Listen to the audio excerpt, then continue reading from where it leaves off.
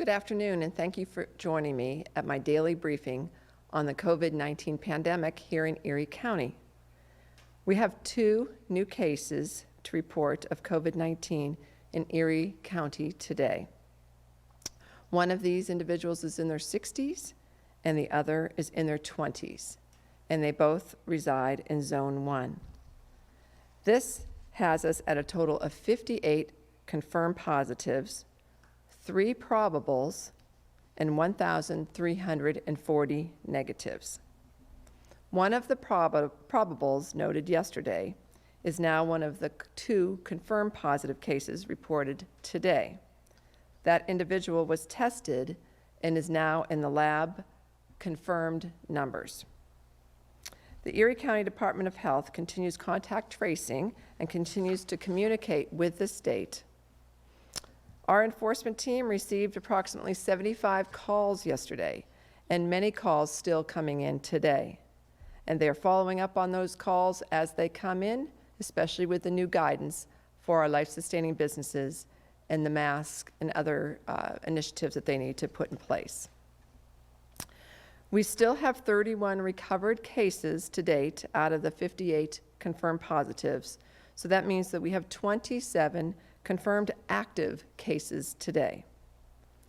We know that COVID-19 is present in Erie County, and I will remind everyone that the best practice is to act as if every person that you come in contact with has it. Statewide, the state is at 34,528 cases, 1,564 deaths. This is 1,296 new cases and 360 new deaths recorded in the past 24 hours. Crawford County has 17 positives, McKean County has 5 positives, and Warren County now has 2 positives and unfortunately 1 death. Chautauqua County has 27 cases and 3 deaths, and Ashtabula County now has 68 cases and 6 deaths. So let's all continue to do our part to slow down the spread of COVID-19 here in Erie County and really in our region as a whole. Our continual low numbers are encouraging, and therefore it's important to understand that the work that's being done to keep our community safe and keep our numbers low is important work that we need you to be partners with us in. So I'd like to welcome the Director of Erie County Department of Health, Melissa Lyon, to speak to you regarding the extent of the efforts your health department has been managing for the past couple months. Director Lyon? Thank you, County Executive. The Erie County Department of Health is made up of many programs and departments that carry out those programs. And when it became clear in February that the pandemic was here in the United States, it became very important for us to reorganize our teams and start coordinating with the County Executive's Office, Public Safety, Department of Human Services, local health care systems, and many more. We've created and we've grown relationships with local social service agencies, homeless shelters, the food bank, just to name a few.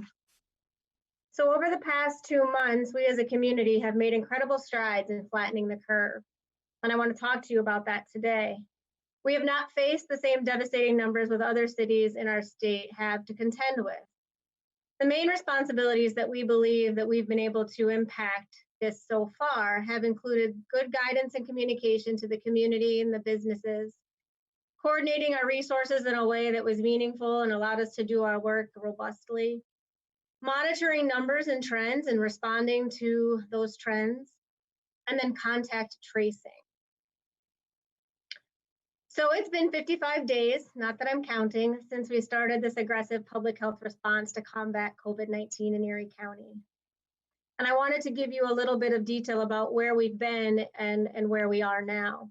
So early on, this work included working with the State Department of Health. And what we were doing is approving symptomatic people for testing at the Bureau of Labs through the Public Health Laboratory.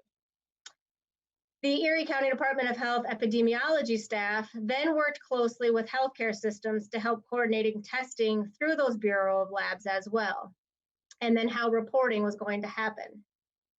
Quickly thereafter, laboratory tests became available through commercial labs, and the Erie County Department of Health worked again closely with the providers to set up daily reporting system, and the staff were then informed nearly in real time when we had positive cases in Erie County, so that we were able to start contact tracing.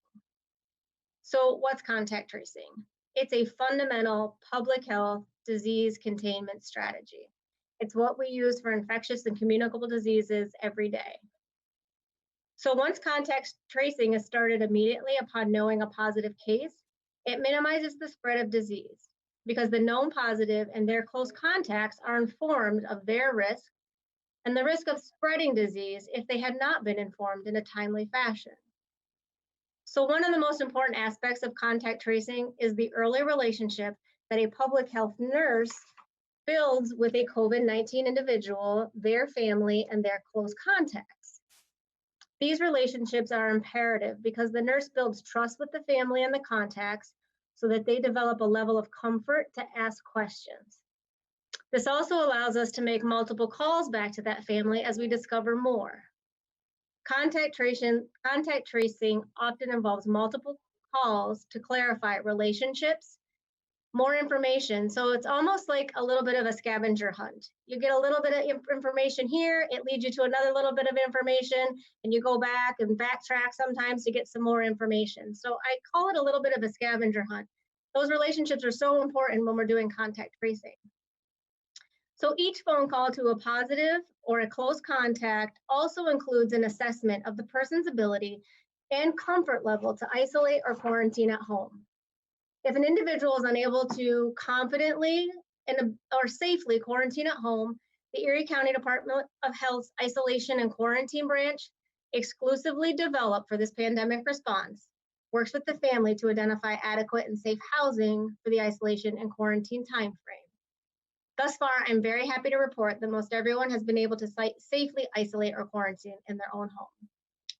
So again, these are really fundamental public health disease investigation strategies that we will continue to contain the spread of disease in Erie County. It's so important that we have adequate resources to continue this work. Containment of disease is the only strategy that we have until widespread testing, vaccinations, and/or treatments are developed to combat COVID-19.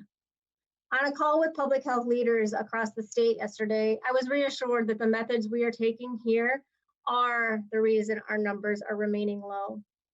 They were highly impressed with the work our county health department has been able to do with contact tracing and working with our business leaders to comply with the orders that are coming from the state. At the same time, yesterday's meeting was aimed to develop strategies to open up the economy safely. We talked about not wanting to go backwards and lose all of the hard work that we've gained as we've all worked so hard to social distance and wear our masks and practice good hygiene. Many states have loosened their guidelines, and already they've seen increases in their number of cases. We must be systematic in our approach to reopening businesses, and it will take some time. We know it's not easy, but we're going to work together to do this. We implore you to continue social distancing, wear a mask when you're out of your home, and do not gather with others outside of your home. Our county residents, that's you, have been doing a great job with this, and we need you to keep doing this. So keep up the good work, and we will continue to keep up our good work, and we'll get through this together. Thank you. Thank you, Director Lyon. I cannot thank you and your team enough for all of the work you do that is vital to really the containment of COVID-19 and the subsequent recovery from this pandemic for our community. Thank you for the many, many hours that you and your team have dedicated to this effort. We all know it's not easy, but as Director Lyon shared, staying home and social distancing is working to truly slow the spread of COVID-19 in Erie County.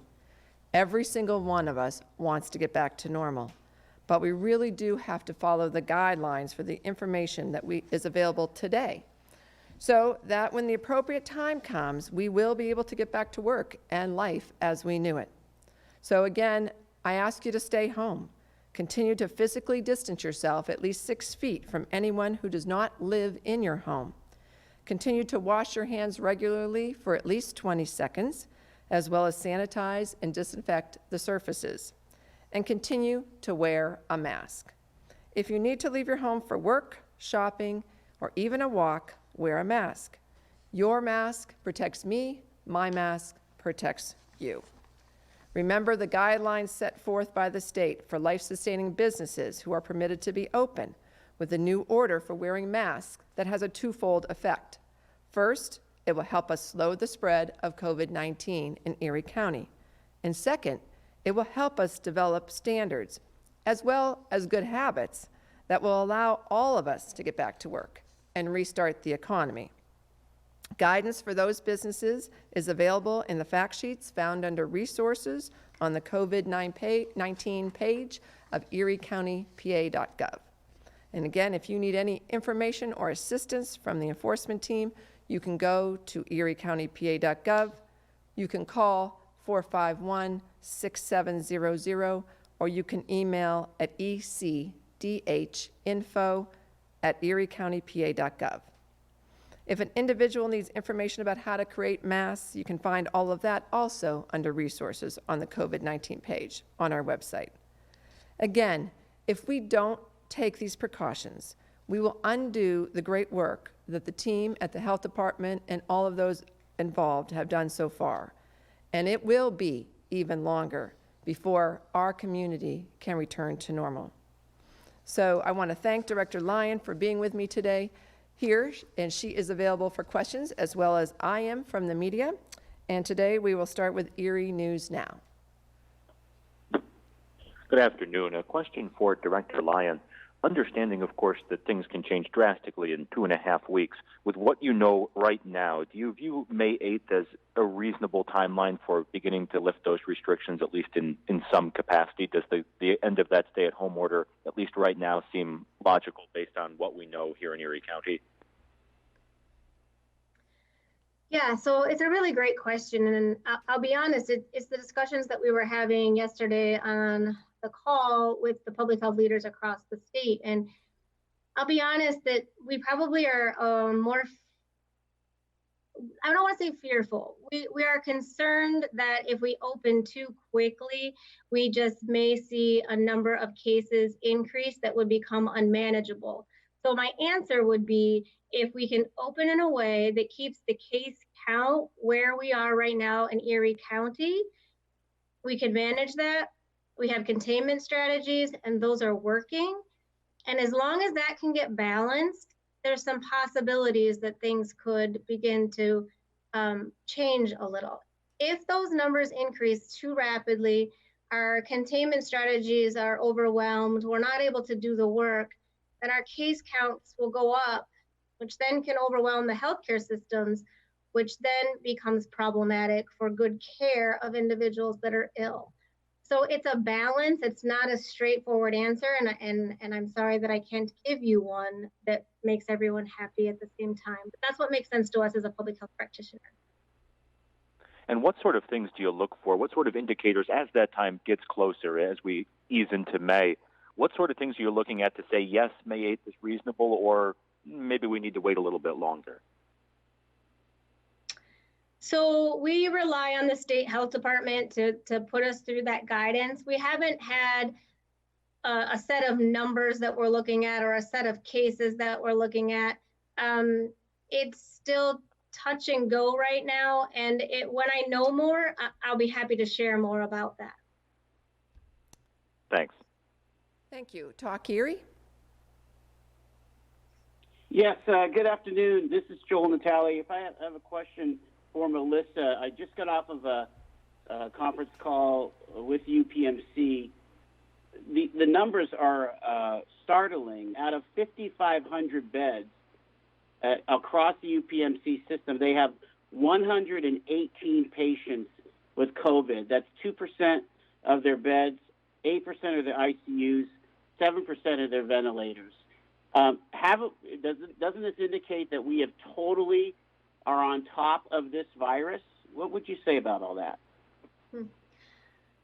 I can't speak to how this is impacting the healthcare systems and what their capacity is, or because that's outside my scope of expertise. The work that we do is within, population health and looking across the entire population and the potential risk. I think we would all say we like the numbers and where they're sitting right now. I think that healthcare systems are prepared should those numbers change drastically. We have to remember too that testing is still lower than we would probably like to see across the entire Commonwealth. So with that being said, I can't speak to the healthcare provider side of it, but I can tell you that, these numbers look manageable right now.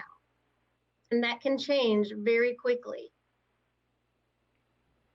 Just a quick follow-up. As also in this press conference, they talked about being able to start asymptomatic testing of anybody that is entering their hospitals, and just to be able to give them the peace of mind so that if they want to get an essential procedure done, do you see any asymptomatic testing coming our way across Erie County? If we're going to see asymptomatic testing for the county or even across the Commonwealth, you're likely going to see that within the healthcare systems and their ability and capacity to do that testing. I think at this point, it would be an interesting test, if it's a diagnostic test, it'd be interesting to see what value that brings to our overall response. I think that there are concerns that just because you may test negative at one point, do you become positive later? And then if you're asymptomatic, how reliable is that test? We're very interested to know more about what that information could provide us in our response. Thank you. Thank you. Jet TV. Hi, Kathy. It's Samir. I'll stick with Melissa for this question. So, Melissa, do you think Erie County has flattened the curve, or do you think there's just a lack of testing? So based on the numbers that we are testing and the number of average new cases we were getting per day, there is a formula that we look at, and it does appear that a curve is flattening. If those testing numbers went up, that curve could very well change. But based on how the testing is being done over a period of time, we do 3-day trending and 7-day trending. And you can see across those 3 and 7-day trends that it is looking to flatten some.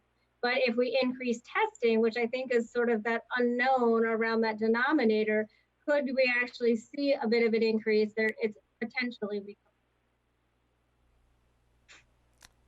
could. And then, so my next question, I'm going to kind of drift away a little bit from that. Let's talk about whenever we do start to reopen the economy. And I know I've received a couple viewers that have emailed me asking about things like a hair salon. So I guess, what do you foresee that looking like whenever we do reopen the economy? Gosh, I'm so focused on contact tracing. I haven't even thought about a hair salon opening. I'll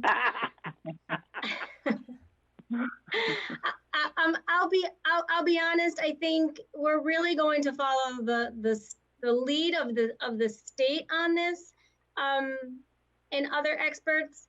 And I need to stay very focused, as well as my team, on disease containment. That really is our, we have the eye on the prize, and for us, it's disease containment. And if we're still capable of doing very good disease containment, those other decisions that are being made around opening up, let's say, a hair salon, I'm going to trust is going to make good sense because we have good disease containment, which is our main focus. If I see the disease containment is not working, then it's my responsibility as the public health practitioner to be giving that information back to our leaders saying, you know what, this is beginning to be concerning and disease containment might not be, it may be getting more out of control than we're prepared for. So there's going to be a lot of dialogue back and forth. I don't think this is a flip the switch, let's go back to what we knew to be somewhat normal. I think it's a real easing in and then communicating and dialogue. Because if we do this too quickly, there's a potential very significant risk on the other side of that. and that is people that are not well and that people are positive with COVID-19. So, Samir, I will add one thing to that. I can't wait for my own hair salon to eventually be open, but in the meantime, we're living with our hair all growing. But I actually got a call or text from my hairstylist this morning saying, what can I do? And I said, you know, what every business that I've recommended that's not open can do is start to figure out what your plan would be. How would you put forward a plan that would be able to be reviewed on how you think you could operate your business in a way that kind of goes along with the guidance that's on our website right now for those life-sustaining businesses.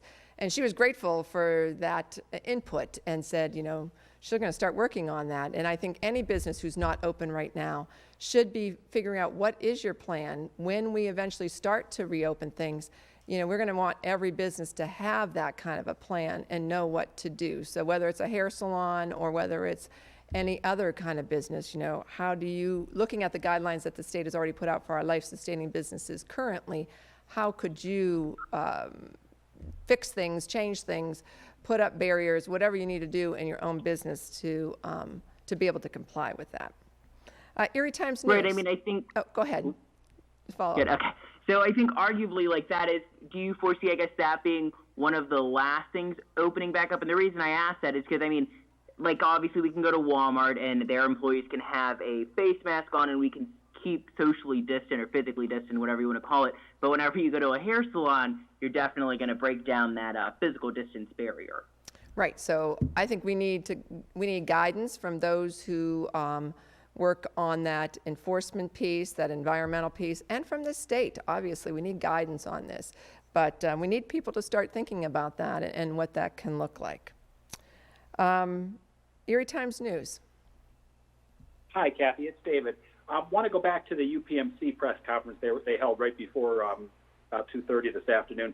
They were talking about all that testing because they want to expand the types of surgeries and procedures they do. They're planning on doing that. Wanted to get your thoughts and Melissa's thoughts on that. Have you guys been involved in any discussions with the folks at Hammett about that? And what's your take on Hammett expanding?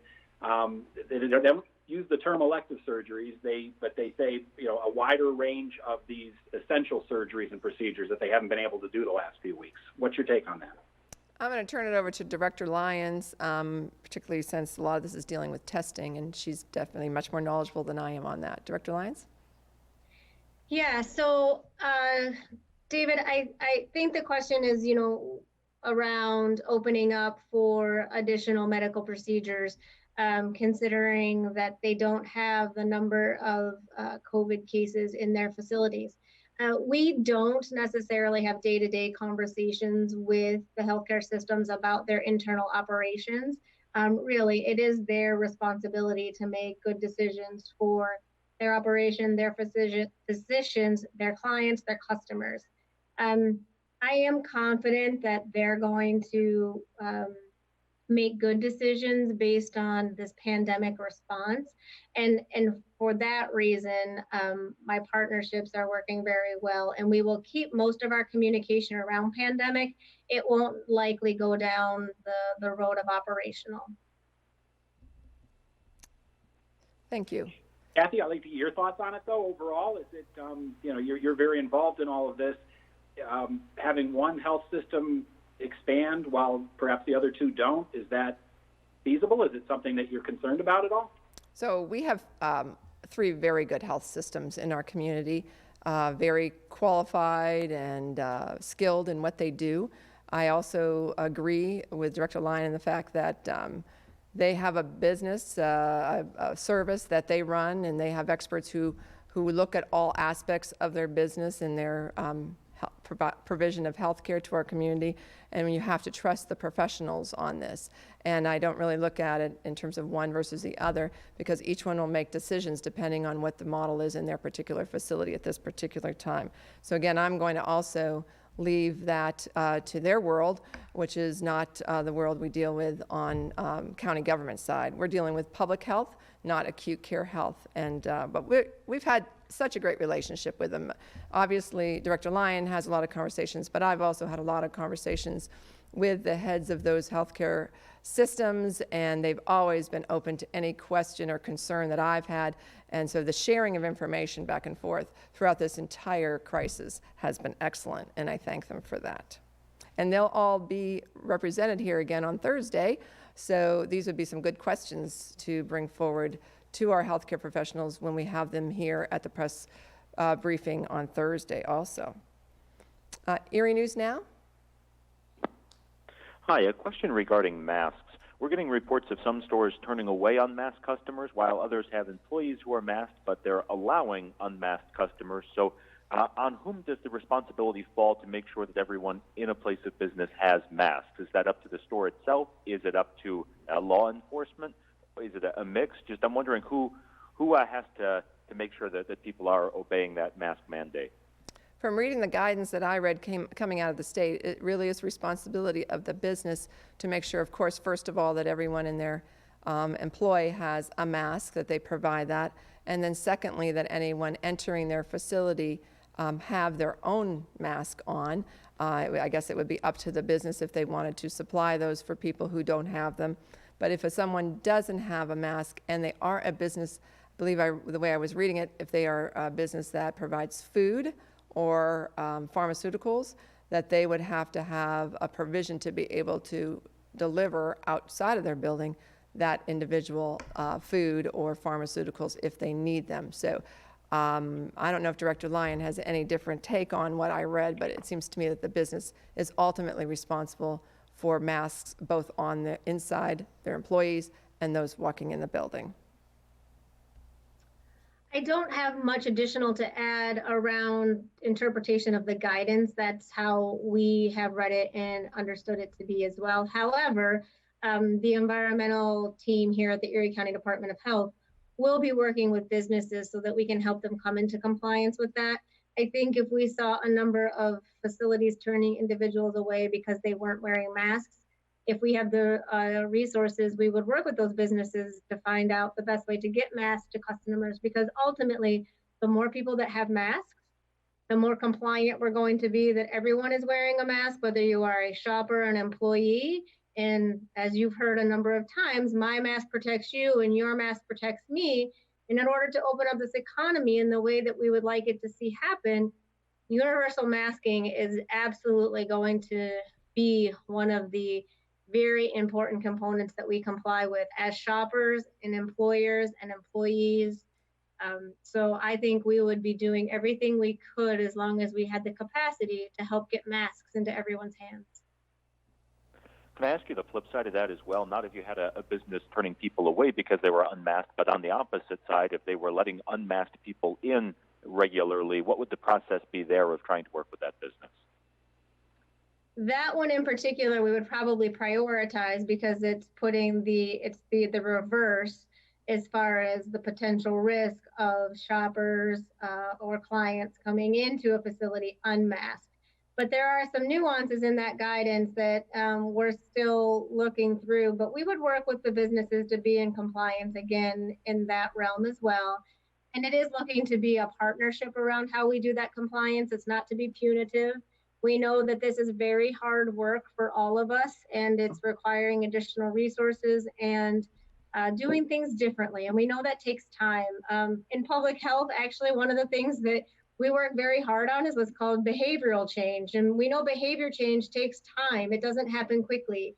I don't want to digress too far, but we know how long it would take a smoker to how many quit attempts it takes someone to quit smoking. We know that, having a regular exercise and healthy diet, these are behavior changes and they don't come quickly. So it'd be hard for us to expect that there are not going to be some bumps in the road as we're navigating this new behavior change so that we can get back to doing the things that we enjoy doing as a society. And the one thing that I would like to add to that, we heard some reports today of some businesses not wanting to enforce it because it was confrontational with the people coming into their business. And I'm just asking everyone who is listening, who is watching, understand that when you go into an establishment and you are not wearing a mask, you are putting those people who have opened their doors so that you can get what you need, you're putting all of their employees at risk when you don't wear a mask. Again, it's not protecting you to wear a mask, it's protecting others. So if we can all understand the importance of this, and we can all understand the need for us to wear a mask when we go into a building, and we can start to do it and make that behavior change, as Director Lyons is talking about, I think that's the way we can start to get our economy open up faster. But if we don't do this and we continue to not wear masks and we continue to see COVID-19 spreading in our community, that's going to slow us down in that eventual reentry into a more normal life. So universal masking, as we all have been saying, is going to be more of the norm. But when you're doing this, when you're not wearing a mask, I think it's really important to remember that you're hurting the people that are serving you. You're not hurting yourself. And I ask you to please think about those other people as you go in there, and not to confront the business owners who are really just trying to do all of us a service in whatever service that they provide. Talk Erie? Yes, I wanted to see if we could talk about those zip codes that are on the state's website. This might be for Melissa. 16506 is the biggest with eight cases. 16503 has 7, and then 5 cases in 08 and 09. And the Secretary of Health did say that they redact anything that's under 5 because they just want to keep privacy for those patients. Is there anything to read into these zips at all? I mean, 8 out of an entire zip code just doesn't seem to be statistically significant. Yeah, thank you. I'm glad that you got the redacted answer because I had that available today for you as well. It has always been around the privacy of the individuals that live in those zip codes. I wouldn't say that there is anything significant around the zip code data. It's just a different way of looking at the data that people might choose to know a zip code better than a census tract, for example. I was talking with the epidemiology staff here at the health department around the importance of zip codes, why we do or don't use them for certain data. And 2 answers came out of that, which I found very interesting. As you know, there are areas in Erie County where the zip codes go outside of the county. And so it would not be appropriate for us to only be reporting zip code data for Erie County residents, because that would give an erroneous zip code response, meaning there might be some that are living in Crawford County in that same zip code, the southern part of our county. So that's one reason. Second, census tracts are done in a way that has a more homogeneous way of reviewing that data. So it's more meaningful in how we build our response as public health, whether it's a program, disease response. So that is more meaningful for us than zip code. So I thought that was an interesting way to explain it. It's just another way of looking at data. I think the map that the state has put up is useful for those that want to see data delivered that way. Is there something that you would want to say to those folks in like the extreme southeast or in the West County where there are no cases? How do you give them the kind of impetus to stay on their social distancing when this definitely looks like it's an Erie and immediate suburbs phenomenon in Erie County? I think it's a little too early for me to say to you that just because we don't have cases identified in certain areas in the county, that there are not necessarily positive individuals potentially residing there. I think this comes back to needing to look deeper into where testing has happened. And I'll be honest, we've been spending so many of our resources on contact tracing. It's taking up nearly all of the nursing staff, the epidemiology staff, that there are these other areas that I wish we could put some more resources to understand better. But ultimately, just because they live in a certain area doesn't mean that they don't travel to other areas. And so social distancing and masking is universal no matter where you live in Erie County, no matter how rural or how removed you think you are from COVID-19. That is not the case. We know that it's here in our country. We know that it's in our communities. And at some point, the idea that we will all have known someone that knows someone that has been COVID-19 is a very much a reality. Jet TV? Thank you. Yeah, hi, Kathy. So I do have a question. Do we know if there's any of these active cases? Are any of them hospitalized? I'm not aware. I don't know if Director Lyon has anything more to say on that. Yeah, I don't have any updates on hospitalizations around any of the cases. Okay, so if someone from Erie County were to be hospitalized and they went to, let's say, Pittsburgh for treatment and were to unfortunately pass away there, would that come back to Erie County as an Erie County death? Yes, it would. So the deaths are reported to where the person resides. If you remember early on, there was a case from Chautauqua County who came and was hospitalized at one of our local hospitals, unfortunately died while they were in Erie County, I believe, and then the case was reported where they resided in Chautauqua County. So the death and the positives all follow the person where they live. Erie Times News? The station today received a couple emails regarding, I guess, this Warren case. They thought possibly this individual lived in Erie County. So I guess could you clarify any of that information, or do you not have that?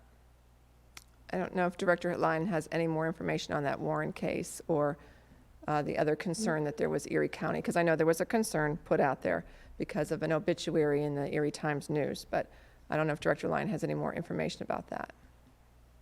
I don't have any additional information around the Warren case or the obituary. I had said it's a little bit of a scavenger hunt to find some of the information that we need. And as of now, I've not been able to confirm that these are Erie County residents. My team has been looking into that deeper. There might be a mechanism for us to query the state, but it's going to take us more than just a couple of minutes to get that accomplished. Thank you. Erie Times News?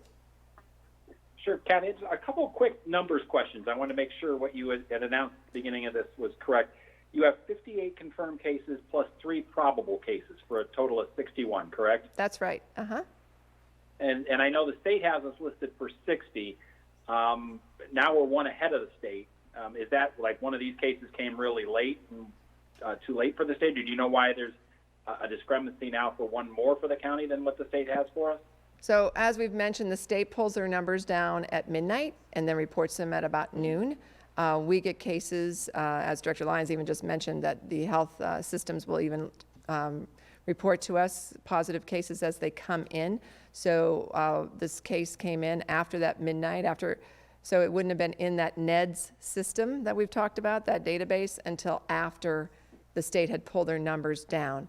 And even though we have 2 new cases today, if you remember, one of those cases was a probable yesterday. So they were in that 60. Now we move them into a confirmed laboratory case that takes us up to 58 and leaves us with 3 probables, which takes us to 61. Does that make sense? Okay. Yes, it does. I just wanted to confirm that. And then the other thing is the state has really increased the number of deaths statewide due to reporting changes. I just want to confirm again, we have had, even with all the reporting changes, we have had no deaths in Erie County that are COVID-19 related among county residents. We've had no county residents reported as having died because of COVID-19. Erie News Now, do you have any last quick question? I do. A final one for Director Lyons, please. As we look at eventually reopening things here, is this a situation where if you wait long enough, you could actually delay a spike, or is it more a situation of making sure you're prepared for an inevitable spike once people start socializing a little bit more than they are? Is this just kind of the calm before that storm that you know is coming and you're trying to get ready for it, or is it one that you think you could avoid? I'm hopeful that we can avoid it. However, I believe that when the economy begins to open up and we're going back to some more routine activities, that we are going to see increases in cases. So we are trying to build out that capacity.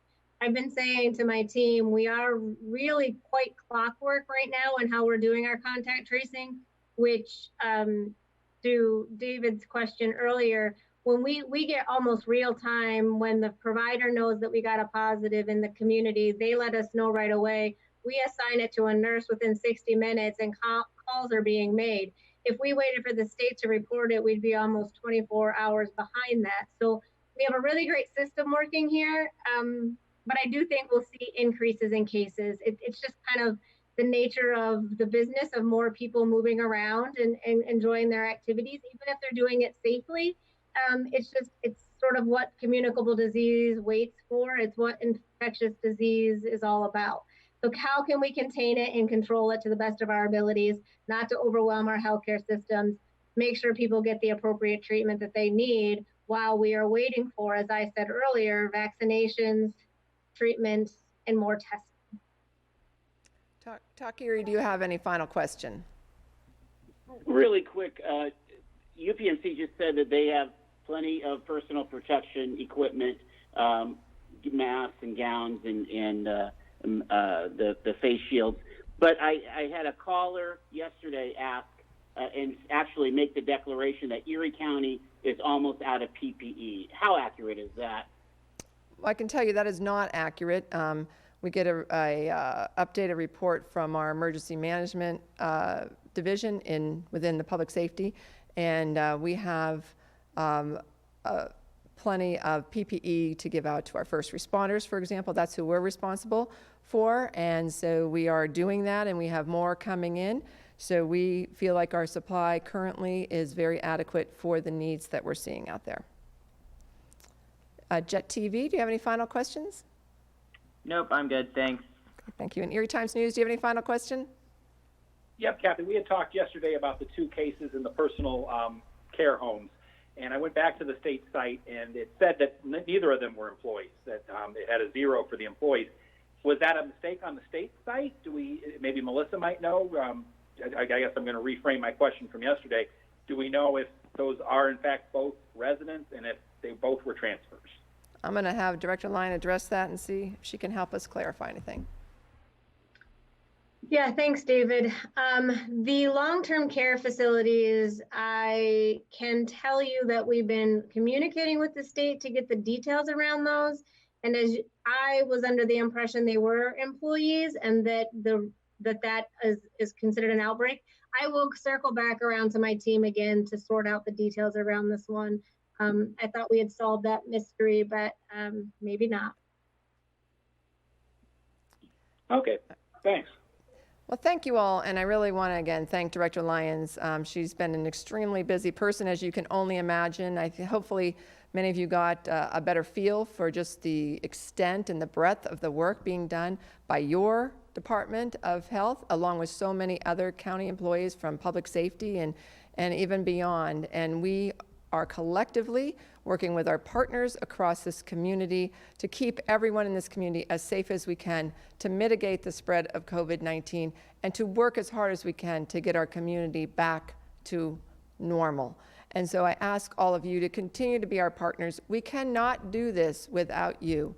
So please wear your mask. Anytime you're outside of your home, wear a mask going to work, taking a walk, going grocery shopping, any other store shopping you might do. Please wear your mask. Do that for the other people that you're going to come in contact with. I ask you to stay home as much as possible. Try to limit your travel around the community just to what you absolutely must do. And lastly, continue that great hygiene with washing your hands frequently, not touching your face until you've washed your hands very good, and cleaning surfaces wherever you can with disinfectant. And if we continue to do all of those things and keep that physical distance, that 6 feet from anyone who doesn't live within our own home, we can get through this together, and we'll get through it quicker if we all follow those guidelines. So in the meantime, please stay home, please stay safe, and please stay calm.